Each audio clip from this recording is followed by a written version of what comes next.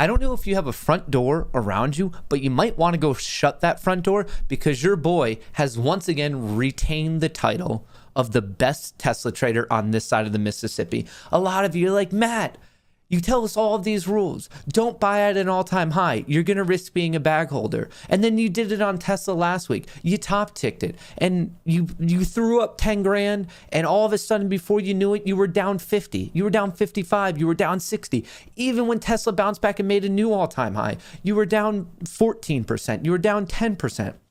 Well, folks, luck has struck again. I was able to get out for a profit.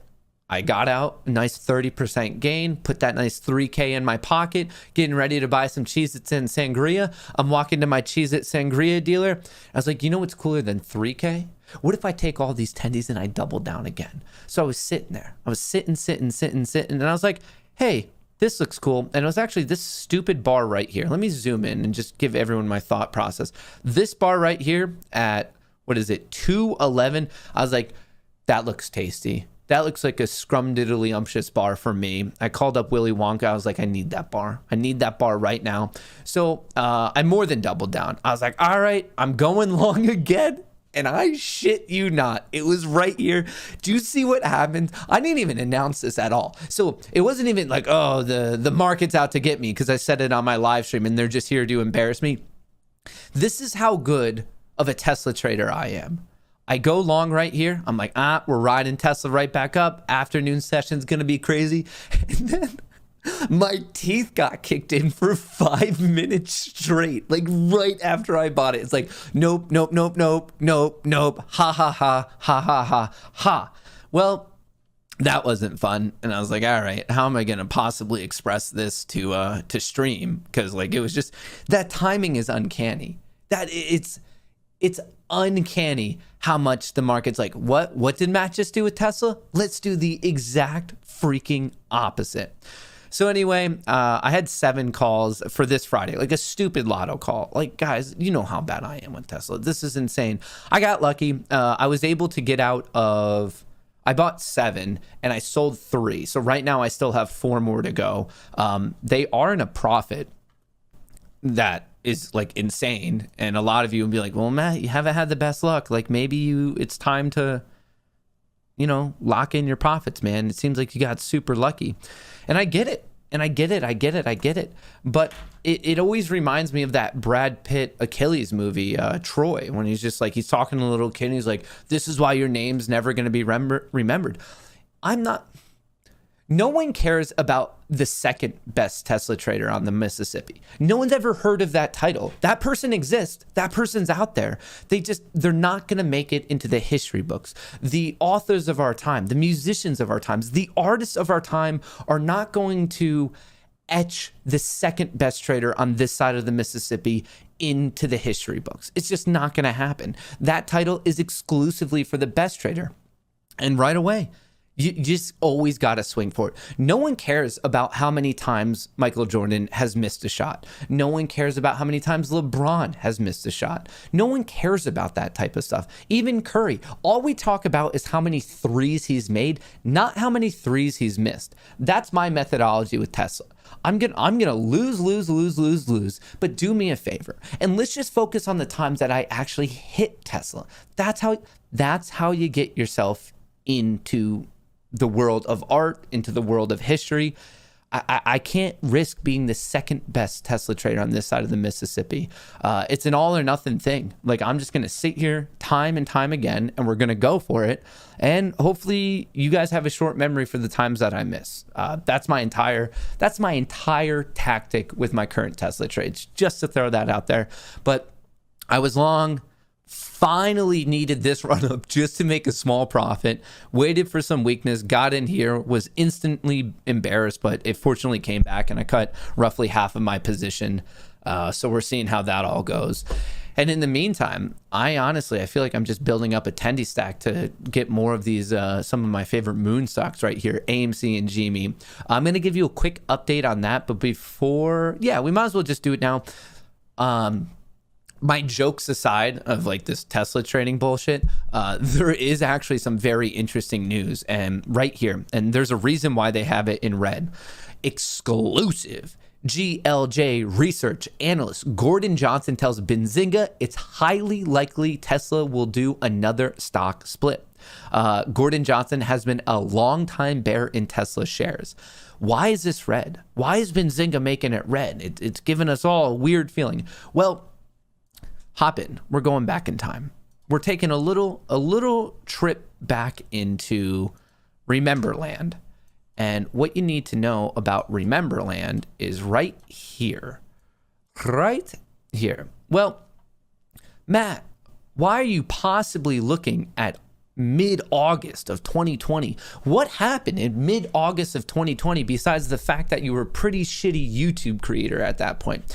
You know, you're not wrong. I was a notably bad YouTube creator at that point. But what I do remember is something a little funny happened with Tesla. So we were all watching Tesla. We're like, whoa, Tesla's on this great run. From March all the way basically up until the end of July, Tesla went from 74 to 341. And then all of the nerds out there, you're going to say, well, technically, Matthew, didn't actually go from 74 to 340 because you got to remember the stock split. And you know what, nerd? You are 100% correct. And this is why I'm going to tie it back to the Benzinga thing. So this was adjusted for, I think, a 5-to-1 stock split. And it was coming down. Whatever the value is, just multiply it by 5. And it was on the night of August 11th. Market closed. We were all just dreaming of the tendies the next day. And the announcement came out that, Tesla's about to do a stock split, and the date is August 31st. And actually, a little bit before that, Apple did the same thing. So both Apple and Tesla were like, let's stock split together. Tim Cook, Elon holding hands. They're like, we're stock split brothers. You're stock splitting. I'm stock splitting. Let's make money. It was an exciting time. But anyway, the thing I want to articulate to you is look what happened the entire time from the announcement of the stock split up until the day of the stock split. Remember what I said, August 31st? So the very next day on the stock split, it did hit a slightly new high, and that's exactly when it started to sell. So the anticipation, the excitement of a stock split brought it all the way up to a new high at that moment in time. But when the split actually happened right here, August 31st, 5-for-1, that's when it came down. And then later they announced that it was going to get into the S&P 500 and started to rip from there. But look at this announcement of, yes, split had it happening all the way up till the actual split. That was a very, very bullish run. And hang on very quickly. Let me show you the exact same thing, just so you don't think I'm more crazy than I actually am. Check this out. So Apple did the exact same thing. They had a 4-for-1 stock split, but it was August 31st. They announced theirs a little bit earlier. It was actually right here around their earnings. So same thing from the announcement all the way up until the actual split in right here. You could fact check me, August of 2020.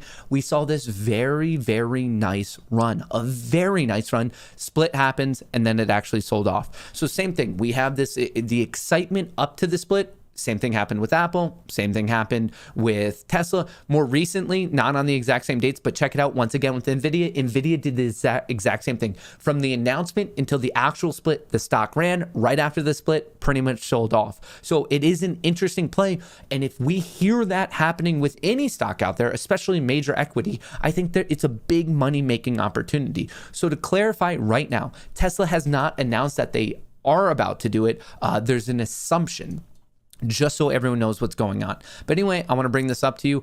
And a lot of people might be asking, well, why? That's a fair question. Why would this possibly cause any excitement? And it's psychology. So what a stock split is you have one $5 bill, one $5 bill. That's it. You have $5 to your name. Let's say that this total value that you have of $5, that's the market cap of the company. And let's say the total amount of shares is how many bills you have. So you have one share, which is a $5 bill. The total of that, because you have one times 5 is 5. So that's the market cap of the company.